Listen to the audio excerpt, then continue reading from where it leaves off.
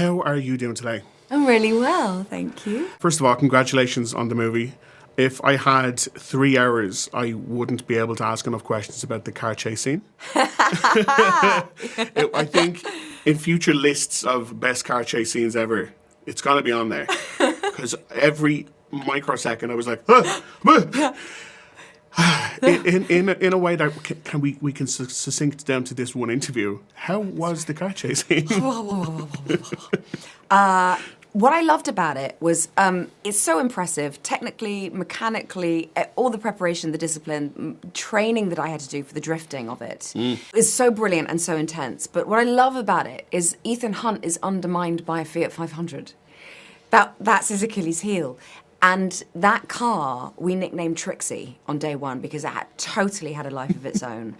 And so there are moments where, when he starts the car and the windscreen wipers go, like, that's improvised, that's real. And also when he crashes the car, as soon as he takes off, that really happened. He wasn't intending to do that. And we went, oh, this is an extra character who I'm sure is going to have its own spin-off TV series by the end of this. Yeah, best supporting Oscar for that car for sure.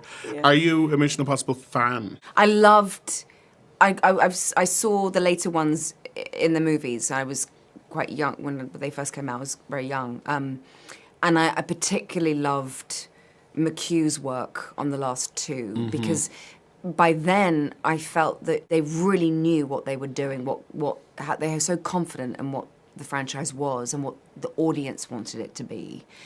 And then coming into this, seeing how symbiotic their relationship is and going, McHugh knows exactly what Tom means without him having to explain it. And you go, this is a well-oiled machine of really knowing what they're doing. So without picking one from this movie, because that would be cheating, what is your favourite Mission Impossible stunt that Tom's done? Well, I liked, I don't know, what do you call it? The string with the white room where he's on the floor. Oh, in Langley. Langley. The very in first Langley, one. In Langley. It's such an iconic, Space Odyssey kind of look, first and foremost. But it just looks so fun. Also, it's the one that I feel like I would like to do more than any of the others because I'm quite very, very low to the ground. But I love the comedy of Rolf Saxon's character having to pop to the loo every few minutes. With the stakes being as high as they were at the same time. That just stayed in my mind as being so fun to watch. And in movies like this, it's still baffling to me that there isn't any Academy Awards consideration given to stunt work because it's insane. It's literally people risking their lives for our entertainment and the amount of work that has to go into every tiny detail, stuff that people wouldn't even necessarily pay attention to, but it all has to add up to make it work in our minds to be properly, like to get that feeling of this could go wrong. And yes. When you're on that side of it, you must kind of feel the same when you see how much work goes into like everything. Absolutely. I'm so pleased you said that. I really agree because the thing about the stunt team, and I include Tom in that, he's an athlete, he's a stunt person. And there is the one thing about having the physical discipline to study and learn how to do these things effectively.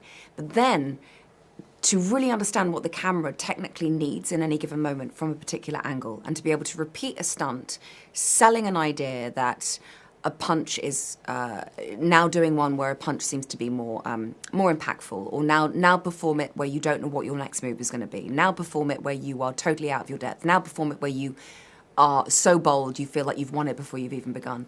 The technical understanding of how to sell performance within a stunt and making it look real is extraordinary art form that goes hand in hand with the athletic side of it. And I worked full time with them for 5 months. I was in the studio every single day, and I was training with Sam Eastwood in the morning, and then Wade Eastwood's team in the afternoon. And what it did to my brain, of my level of coordination, my understanding of how to control my body so that I was fit for purpose it blew my mind. And then just watching them do things, or watching them also create the choreography.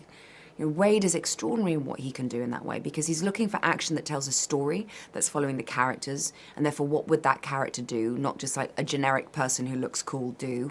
he's going, okay, this is a person who's coming in with these kind of obstacles, this kind of relationship with the person he's encountering. What does this now action beat need to be, which is relevant to the actual story we're telling?